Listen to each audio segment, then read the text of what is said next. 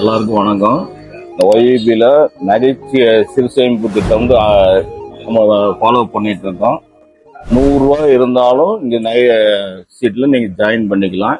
அன்னன்னைக்கு ரேட்டு நீங்கள் ஒரு வருஷம் கழிச்சு தங்கமோ வெள்ளியோ வாங்கிக்கலாம். கூலி சேதாரம் எல்லாமே வாங்கிக்கலாம். எல்லாரும் சேர்ந்து பயனடைங்க.